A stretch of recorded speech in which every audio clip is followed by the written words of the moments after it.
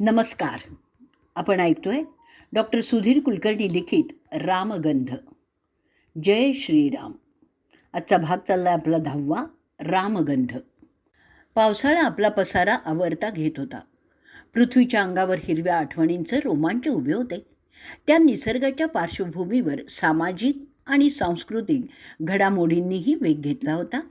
विश्व हिंदू परिषदेने राम जन्मभूमी मुक्ती अभियान सुरू केलं होतं. महिम्न स्तोत्र आणि रुद्रपाठ खणखणीत आवाजात म्हटला जात होता. त्या पठणाच्या गजरात ठिकठिकाणी शिवजलाभिषेक संपन्न होत होते.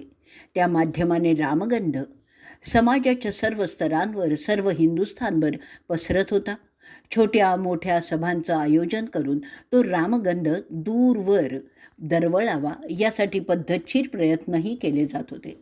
कस्तुरी मृगाला आपल्याजवळ असलेल्या कस्तुरीची जाणीव नसते, तद्वतच आपल्याजवळ असलेल्या या रामगंधाची जाणीव हिंदू समाजाला नव्हती आणि जाणीव असली तरी ती फळत नव्हती. डॉक्टर कुलकर्णी त्यांच्या गावातील विश्व हिंदू परिषदेच्या शाखेचे प्रमुख होते. संपूर्ण देश ढवळून काढणाऱ्या या अभियानात त्यांच्या गावापुरता का होईना पण त्यांचा महत्त्वाचा वाटा होता. अशाच एका सभेत डॉक्टर बोलत होते. आजपर्यंत रामजन्मभूमी मुक्तीसाठी 74 लढाया झाल्यात. आत्ताची ही 75वी लढाई आहे. इसवी सन 1528 पासून 2001 पर्यंत म्हणजेच अंदाजे 3.5 लाख रामभक्तांनी आपलं बलिदान दिलेलं आहे. यापुढे एकही हिंदू बळी जाणार नाही आणि बळी पडलाच तर तो प्रतिपक्षाचाच असेल. सभेला बालवृद्धांची उपस्थिती होती. गेले 4 महिने वेळ मिळेल तेव्हा डॉक्टर आणि त्यांचे सहकारी शहराच्या कानाकोपऱ्यात फिरत होते. सर्वसामान्यांपासून ते गावातील प्रतिष्ठित उच्चभ्रू समाजालाही या अभियानात जनजागरण करून सहभागी करत होते. अयोध्येतील रामाचं मंदिर हे फक्त दगडविटांचं मंदिर नाही आहे. आपल्या मनातील निर्गुण रामाचं ते सगुण रूप आहे. त्याला शब्द नाही, रस नाही. ती मूर्ती कदाचित ऐकणारही नाही, बघणारही नाही, पण तिला गंध मात्र आहे. सत्वशीलतेचा गंध आहे. बळी गेलेल्या रामभक्तांच्या रक्ताचा गंध आहे. येथेच राम जन्मला या अव्यभिचारी विश्वासाचा गंध आहे. अत्यंत तळमळीने बाहेर पडणारे ते शब्द समोरील सभा शांतपणे ऐकत होती. त्यातील शब्दागणित पोट तिडकीने प्रत्येकजण उत्तेजितच होत होता. जवळजवळ अर्धा तास डॉक्टर बोलत होते. शेवटी डॉक्टरांनी सर्वांना अयोध्येला चलण्याचं आवाहन केलं. त्या अनुषंगाने एक कविता म्हणून दाखवली, ती आपण म्हणूयात. तुला सांगतो चल मित्रा, मन द्विधा करू नको. तुला सांगतो चल मित्रा, मन द्विधा करू नको. आता नाही तर कधीच नाही, आता नाही तर कधीच नाही. हयगय मुळी करूच नकोस. तू नाही आलास तरी, तू नाही आलास तरी मी तर जाणारच आहे. ओठावरती रामनाम, ओठावरती रामनाम अखेरपर्यंत राहणार आहे. मंदिर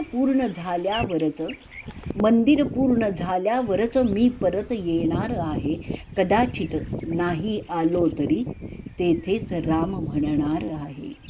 कदाचित नाही आलो तरी तेथेच राम म्हणणार आहे. या कवितेला सभेतून प्रचंड प्रतिसाद मिळाला. जय श्रीराम, जय श्रीराम हा उद्घोष करत सभा संपली. डॉक्टर घरी आले तेव्हा रात्रीचे 10 वाजले होते. नेहमीच्या खेळकर वातावरणात जेवण झाल्यावर डॉक्टर बिछाणावर लवंडले. त्यांच्या मनात अनेक विचार दाटून आले. आपण कोणी मोठे नाही, सर्वसामान्य माणसाप्रमाणे आपलं आयुष्य आहे. आपल्या आशा छोट्याच आहेत, निराशाही छोट्या आहेत. मंदिर बांधण्या एवढे आपण मोठे नाही आहोत, पण आपण श्रद्धेने नमस्कार तर करू शकतो. नमस्कार करायला अयोध्येतच जायला पाहिजे का? एक हिंदू म्हणून माझं काय काम आहे? आपण भाषण देतो ते कशासाठी देतो? विश्व हिंदू परिषदेचा कार्यकर्ता म्हणून आपलं कर्तव्य काय आहे? त्या रामाला असंख्य भक्त आहे, भरतासारखा भाऊ आहे, मारुतीसारखा सेवक आहे. आपण त्याच्या खिसगणतीत सुद्धा नाही आहे. व्यर्थ आहे आपलं जीवन. असंख्यातरे भक्त होऊन गेले, तिन्ही साधनांचे बहु कष्ट केले. नवे कार्यकर्ता भूमिभार झालो, तुझा दास मी व्यर्थ जन्मास आलो. या विचारांच्या भंडोळ्यात असतानाच एक चिरपरिचित गंध त्यांना जाणवलाय. त्या गंधाने त्यांच्या विचारांना एक निश्चित दिशा मिळाली आहे. आवराआवर करून त्यांची पत्नी त्यांच्याजवळ आली होती. ते पत्नीला म्हणाले, मी अयोध्येला जायचं ठरवलं आहे. पत्नीने शांतपणे त्यांच्या नजरेला नजर मिळवली आणि म्हणाली, मला माहीत आहे तुम्ही जाणारच आहात. तुमचं मन मी ओळखते. तुमची उलघाल मला जाणवते. मी तुम्हाला अडवणार नाही आहे. पण कुठेतरी काळजी वाटते हो. अगं, आपली मुलं आता समर्थ आहेत. आता कसली का आली आहे काळजी? यावर पत्नी क्षणभर गप्प बसली आणि मग म्हणाली, मी येऊ का हो तुमच्याबरोबर? नको ग. काही झालं तरी मुलांजवळ कोणीतरी पाहिजे ना. आपण दोघं तर कायमच बरोबर असतो ना, प्रत्यक्षात असो किंवा नसो. हो ना? खरं सांगू, तुमचं म्हणणं मला पटतंय हो, पण वळत नाही आहे. काय करू त्याला मी? पुन्हा कंठ दाटून आल्यामुळे अधिक बोलवेच ना. एक नीरव शांतता निर्माण झाली. डॉक्टर तिच्याजवळ सरकले. तिचा गात्रगंध त्यांना जाणवला. त्यात शब्द संपून गेले आणि नंतर दरवळणाऱ्या त्या गंधात केव्हा तरी त्या दोघांनाही झोप लागली. दुसऱ्या दिवशी वर्तमानपत्र, टी व्ही या सर्व ठिकाणी अयोध्येचाच विषय होता. प्रभू रामचंद्रांच्या कस्तुरी सुगंधाला प्रसारमाध्यमांनी दुर्गंधी आणली होती. अयोध्येच्या सीमा बंद करण्यात आल्या होत्या. उत्तर प्रदेश पोलीस, राज्य राखीव दल, केंद्रीय पोलीस, धडक कृती दल, पंजाब पोलीस इत्यादी सर्व मिळून सुमारे 25,000 पोलीस शिपाई बंदोबस्ताचं काम करीत होते. आणि बघता बघता डॉक्टरांची तंद्री लागली. आपण कोण? रामसेवक असणं हा या देशात गुन्हा आहे. मग मी आतंकवादी, लुटारू, देशद्रोही की घुसखोर? निशस्त्र परंतु सश्रद्ध रामसेवकांना अयोध्येत न जाण्यासाठी सरकार एवढे प्रतिबंध लादतीये. इतके संगीनदारी पोलीस ठेवते. गाड्या बस बंद करते. रामा, अरे या तुझ्या आनंदवन भुवनात काय चाललेलं आहे रे? डॉक्टरांनी रात्री घेतलेला अयोध्येचा जाण्याचा निर्णय आणखीनच पक्का केला. दिनांक 15 आणि 16ला काहीही करून अयोध्या गाठायचीच ते स्वतःशीच पुटपुटले आणि त्या विचारातच ते उठले. दिवसभर शहरभर अयोध्येला जाणाऱ्या रामसेवकांची नोंदणी चालू होती. आत्तापर्यंत 150 जणांनी नावं नोंदवलेली होती.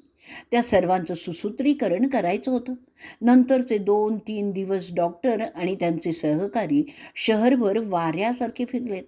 एकत्रीकरण, गाड्यांचे तपशील, संभाव्य धोके, संपर्काचे पत्ते, बरोबर घ्यायचं सामान इत्यादी अनेक मुद्दे विचारात घेण्यात आले.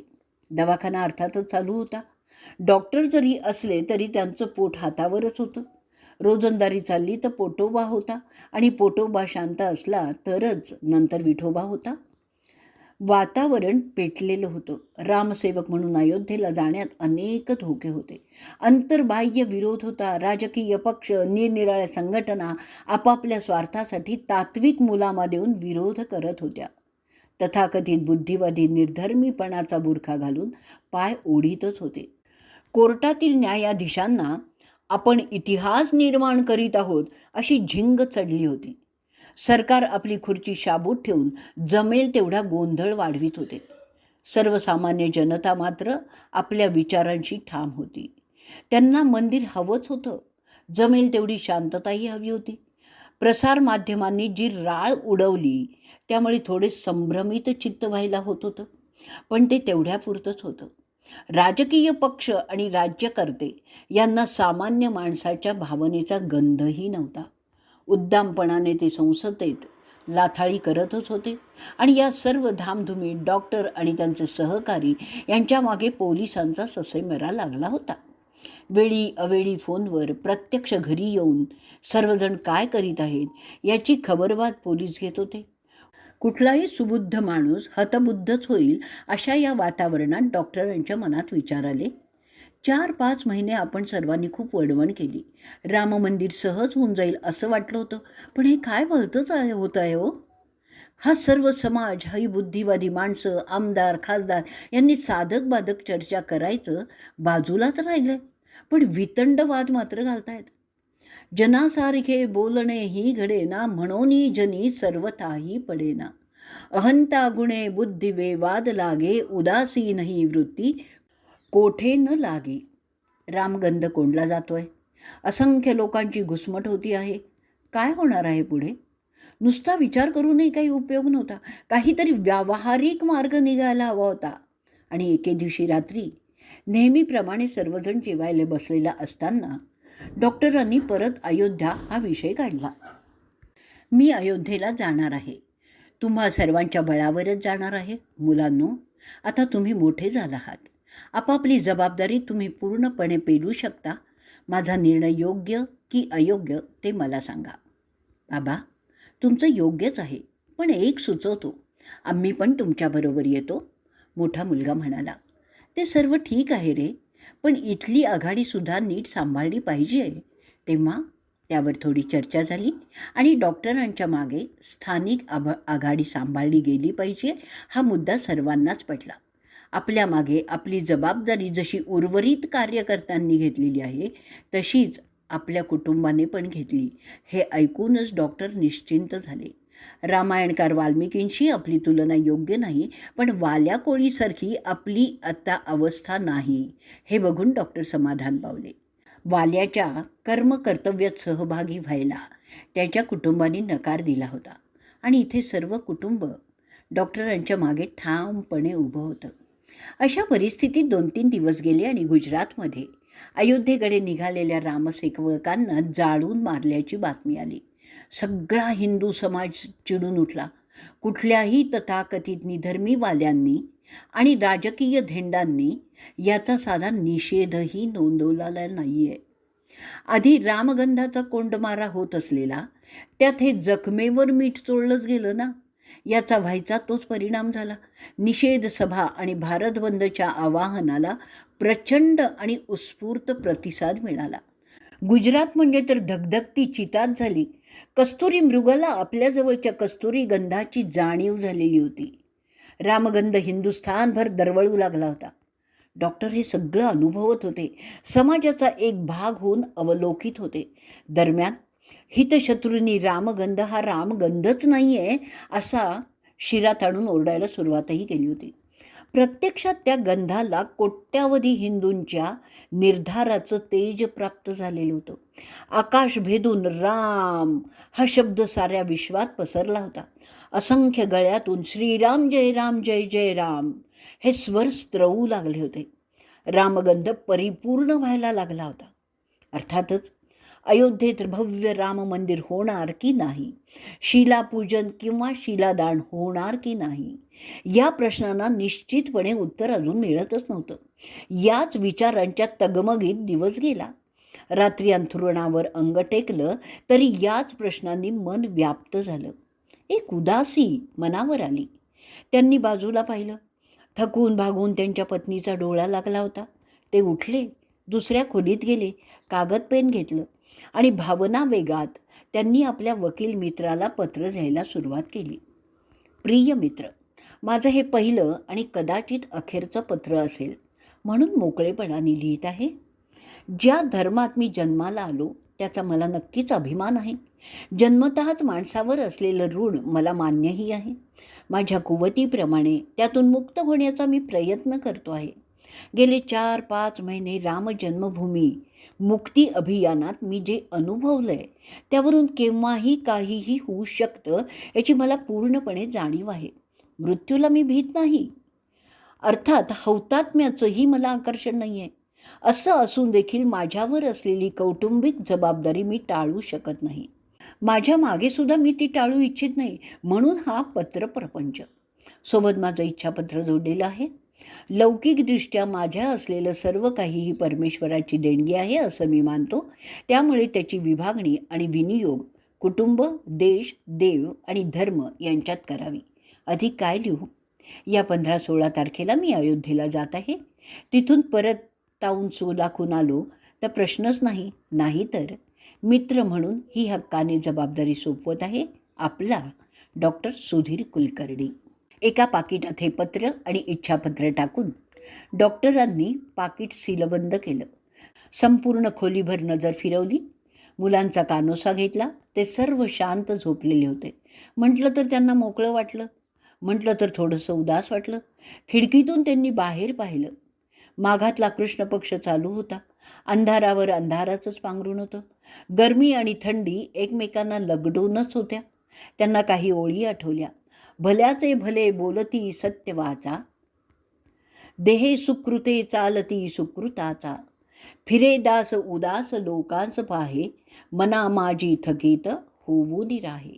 दुसऱ्या दिवशी सकाळी डॉक्टर आपल्या वकील मित्राकडे गेले. या डॉक्टर या, आज बऱ्याच दिवसांनी. वहिनींनी स्वागत केलं. अहो, आज तुम्हा सर्वांच्या भेटीला चालू आहे. बरं झालं तुम्ही आलात. माझे सांधे परत दुखायला लागलेत अहो डॉक्टर. काय करू?